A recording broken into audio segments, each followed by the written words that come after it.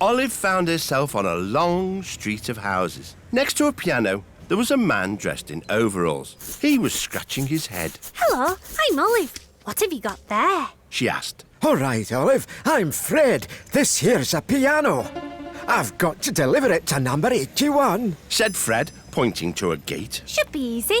That's right here. Not exactly. Olive looked up and saw that house number 81 was at the top of a steep flight of steps. Oh, actually, it won't be easy to get that heavy piano up there. Aye, too right. Hey, maybe you could help me out, Olive. Of course I can, Fred. Cheers. Grab that end, please. Olive and Fred carefully lifted up the heavy piano and began to heave it up the steps. It was very heavy. Nice and steady, Olive. They got about halfway up when Olive noticed some colourful flowers. Oh, what beautiful flowers. But the flowers made Olive's beak itch. Oh, dear. I think I'm going to... Achoo! Olive sneezed and dropped the piano. It went bouncing back down the steps. Oops. Sorry, Fred. Oh, what are we going to do now? I just haven't the energy to carry it all the way up again. Olive looked around and spied some rope in the back of Fred's van. She also noticed the big statue outside number 81. A van, a long piece of rope, a statue. I think I may have an idea. Olive tied one end of the rope to the piano, then ran up the steps, wrapped the rope around the statue and brought it down again. Then she tied the other end to the van. OK, Fred, start driving, nice and slow. Fred got into his van and drove away very slowly. The rope tightened and began to pull the piano up the steps. It's working! Olive followed behind the piano, giving it a little push to help it on its way. But she couldn't see when it had reached the top of the steps. That's it! Nearly there now! And the piano was pulled all the way around the statue and started to bounce back down the steps. Oh, no, stop! Olive tried to grab hold of the piano, but she couldn't stop it and had to cling on as it bounced down the steps. My keg, where are the brakes? It's all right, Olive. I'll save you. Fred tried to stop the piano, but was dragged along too. The piano rolled all the way down the street, crashing through dustbins, bouncing over roadworks, and swerving around a dog. Look out! Piano coming through! Eventually, they came to a stop outside a house right at the other end of the street. Oh, this is terrible. Now we've got to push it all the way back up to number 81. Just then, a door opened and an excited little man stepped out. Wonderful, wonderful. You've delivered my piano right on time. Your piano? But it's for number 81. The man smiled, took the number 81 off the piano and turned it upside down. No, not 81, number 18, which is my house. Phew, that's a relief, eh? Well, it's certainly music to my ears. They all laughed, and as they did, Olive realised it was time to go. Typical Olive, daydreaming again. Said her mum. But Geg, actually, I helped deliver a rather heavy piano. Your head's been in the sand too long, dear. Said Olive's dad. Her little brother laughed.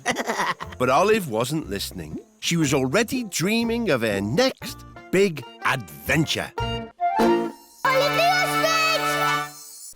Olive was wearing a knight's helmet and was sitting on a grey horse, which was strolling along a winding path. Hello, I'm Olive. I'm Melvin. Said the horse in a mournful voice. Ahead, Olive could see a huge castle with battlements and a tall tower. But Geg, that's an impressive castle. Is it? When you've seen one castle, you've seen them all. Suddenly, Olive heard a voice. Help! Help! It was coming from the top of the tower. I think someone needs rescuing. Get it up! Melvin ambled over the drawbridge with Olive. Help! Help! Come on, Melvin. We have to climb to the top. Towers have stairs and horses don't do stairs. Melvin sat down, took out a horse hoof file and began to file his hooves. Oh, I guess I'm on my own then. Olive climbed a long spiral staircase up hundreds of steps until finally she reached a wooden door at the top. Olive tried the door, but it was locked. Hello? I'm here to rescue you. The key is under the mat. Olive looked under the mat and found a big metal key. Oh, She unlocked the door and went inside. Sitting in the room was a little prince who had beautiful long golden plaits. Cake, that's the longest hair I've ever seen. I'm Olive. I'm Prince Raphael. It's long because I've been locked up for ages by the evil Princess Pat and she won't let me cut it.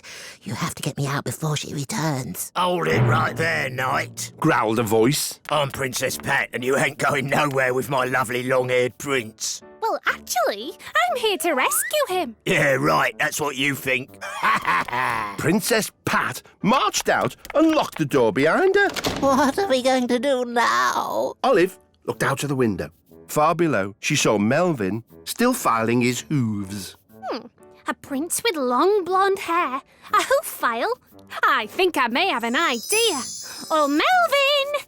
Can you throw me up that hoof file, please? What? Oh, suppose so. Melvin threw up the hoof file. Olive caught it. Now, I'm going to use this file to cut off your long hair. No, if the princess finds out, she'll be really angry. It's okay, because we're going to escape. Although the prince didn't like it, he let Olive cut off his hair. She tied one end to the door and threw the other end out of the window.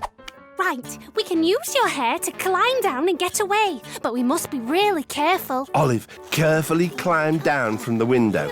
The prince followed, and soon they were both safely on the ground. Oh, you two are really heavy. Oi, where do you think you're going? Olive turned to see Princess Pat standing by the tower. Her face was bright red with anger. Let's get out of here. Melvin galloped off. They rode away from the castle, leaving the princess shaking her hairy fist. Right, that's far enough. Yes, I think we're safe now. Thanks for rescuing me, Olive, although I do miss my lovely long hair. Actually, you look rather handsome with your new short haircut. Thanks very much. The prince gave Olive a kiss on her beak. But Cake, I've never been kissed by a handsome prince before. They both laughed, and as they did, Olive realised it was time to go. Typical Olive, daydreaming again. Said her mum. Cake, actually, I rescued a handsome prince from a castle. Your head's been in the sand too long, dear. Said Olive's dad. Her little brother laughed. But Olive wasn't listening. She was already dreaming of her next big adventure.